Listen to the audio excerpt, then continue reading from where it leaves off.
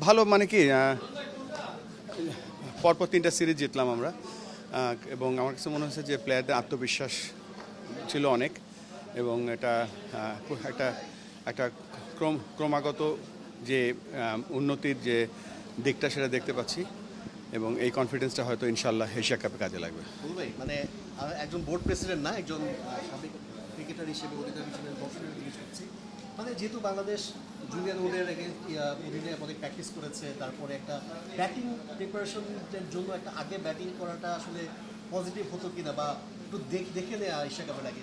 এটা তো নির্ভর করছে, এক নম্বর যখন ম্যাচ খেলা হয় এটা তো আর প্র্যাকটিস ম্যাচ না, তো জেতার জন্য যে কন্ডিশনটা ব্যবহার করতে হয়, টিম কম্বিনেশনের জন্য অ্যাডজাস্টমেন্ট করতে হয়। তবে সিচুয়েশন যদি আসে সেটা দেখা যাবে।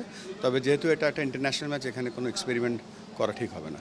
ভাই মানে এই যে সিরিজ পরপর 3টা সিরিজ জেতা এবং এশিয়া কাপের আগে একটা বুস্টার করা আর কি দলের, মানে এটা আসলে দলের জন্য কতটুকু পজিটিভ হবে, এই আত্মবিশ্বাস কতটা এনে দেবে? এখানে আত্মবিশ্বাস তো অবশ্যই, তবে আপনার ব্যাটসম্যানদের যে ব্যাটারদের যে শর্ট খেলার কনফিডেন্স, বোলারদের যে একটা একটা একটা ওভার খারাপ করার পর ফিরে আসা, ওভারঅল ফিল্ডিং, এতে বোঝা যাচ্ছে দলের আত্মবিশ্বাসটা বাড়ছে। তবে এটাও ঠিক যে প্রত্যেকটা ম্যাচ এক একটা ম্যাচ এক একটা পরীক্ষা। তবে এই আত্মবিশ্বাসটা অবশ্যই তাদের সামনের ম্যাচগুলোতে কাজে লাগবে। এখানে শুধু এশিয়া কাপ না, তারপরে 2026 আমাদের T20 বিশ্বকাপও আছে। সো এটা তো একটা একটা কনসিস্টেন্সি।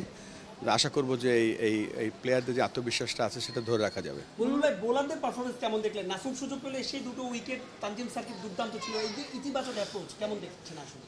এখানে অ্যাপ্রোচটা যেটা দেখেছি সেটা হচ্ছে যে এখানে তারা যে খারাপ বল করার যে টেন্ডেন্সি বা আপনি নাম্বার সেটা কমে গিয়েছে এবং এখানে T20 ক্রিকেট এমন একটা খেলা যে বোলারদের উপর সবসময় প্রেশার থাকে।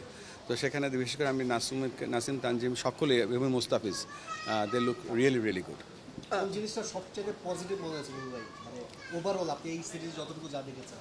একটা দল হিসেবে খেলছে তারা এবং লিটনের মাঝে দেখা যাচ্ছে যে লিটনের উপস্থিতিটা খুব দেখা যাচ্ছে, শুধু মাঠের মধ্যে না, overall his captaincy is brilliant. Bulbul ভাই, আমরা অন্য যে কোনো সময় থেকে দেখছি এবারে আমাদের বেঞ্চের যে পারফরমেন্স দুর্দান্ত, যারাই দলে সুযোগ পাচ্ছে তারাই নিজেদেরকে উজাড় করে দিচ্ছে, ব্যাপারটাকে আসলে কিভাবে দেখছেন? এটা তো ইন্ডিভিজুয়াল ব্যাপার, তবে অনেকগুলো ভালো খেলোয়াড় একসাথে এসছে এবং আমাদের উচিত হবে এই বাঞ্চটাকে আমরা কিভাবে আরও প্রতিযোগিতামূলকভাবে রেডি করতে পারি। দেখেন আমাদের একটা বড় গ্রুপ কিন্তু অলরেডি রিটায়ার করে গিয়েছে এবং এখানে আমাদের এই প্লেয়ারগুলো এখন সুযোগ পেয়েছে।